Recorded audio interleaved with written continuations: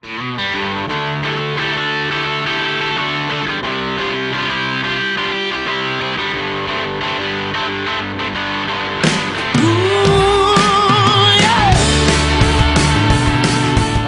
I'm Michael Grimm, and you are watching Pavlina's Kidz Place.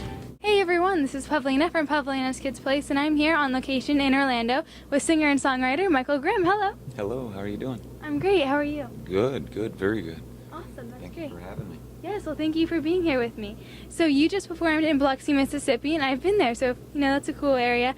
And at the Mississippi Coast Coliseum. So what was that like? Because I know Mississippi's like a special place for you. Always grew up there. It was a dream of mine to want to play the Coliseum growing up, and now it came true. So it's a surreal feeling. Yeah. It's outer body experience. I don't know what to say. I got to go home and play the Coliseum finally. Woo! Yeah, awesome. That's great. So, and actually, the Waveland just opened too. How that opened yesterday, right? Waveland, Mississippi. Mm-hmm. Yeah, they're getting themselves back together. They were ground zero for the hurricane, and that's the hometown where I'm from. And a lot of people moved out of the area, but out of that general area, but moved into the outer skirts of the county. I really want Waveland to come back. It is a humble, very charming city, and it should come back, and I think it will. And I have a lot of hope for it. That's great. That's awesome then. So going back from when you were 11, playing for tips, being kind of like a street musician, how was that as a kid, and what did you use your money for? Back then? Mm-hmm. Well, it was tips. That's all I made, 12 years old playing in bar rooms, and didn't start really making real money till I was about 15, got my own band, and when I moved to Vegas, it's just been an uphill climb ever since then, so it's, where do I start, where do I end? It doesn't end. It's constantly paying dues in this business. That's not going to end, but I do enjoy it, though. That's good, definitely. Yeah, awesome. So growing up, kids have all kinds of obstacles. What kind of obstacle did you have, and how did you overcome or deal with it? Well, I had a lot of obstacles. In this business alone, I just kept focused on my music, and my grandparents raised me, and my grandmother always supported me.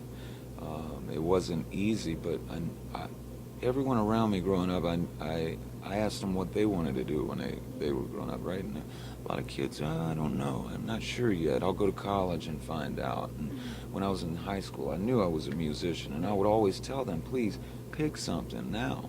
And then go to it and pick the thing that you love, because if you love it, you'll never have to work a day in your life, right?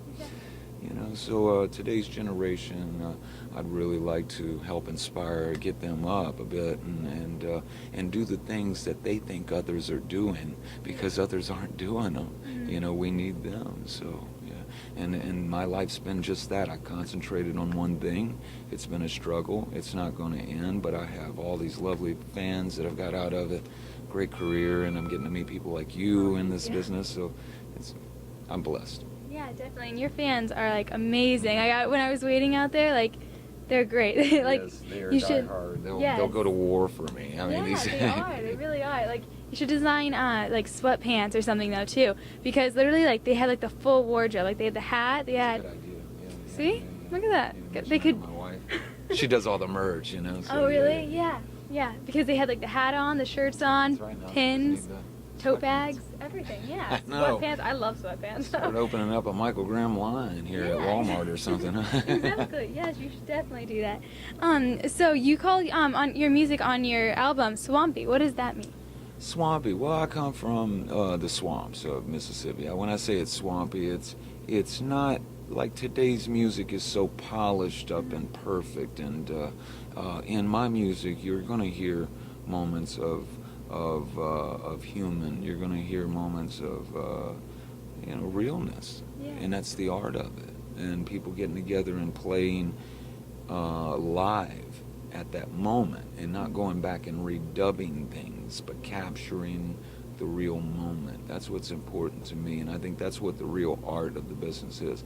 That's what we're losing today, is people, a band getting together and actually making music together, creating it and writing it and creating an album from that.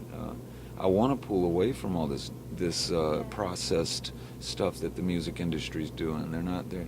I don't think that that's really what a lot of people want out there. I mean, you have a market for it, but you're doing away with some good American music in the process. The industry is so. It's important for your generation, our generation, to definitely get hip to this sort of music and bring it back, because it is what makes this country. Yes, definitely. Exactly. So you wear a lot of hats, kind of like Gavin DeGraw, who I also interviewed, and we talked about hats for a while. So how many do you have, and do you have a favorite? This is it. Oh, really? I gave all the rest of them away, and this is it. You know. Oh, really? So I just keep one hat until I get rid of it, and then I get another one. And I think I get rid of it because it just gets old and falls apart on me. Very nice, yeah. That's cool. So your song, a Moment in Time, you know, starts off with losing a friend when you guys were like my age. How has that like shaped your life?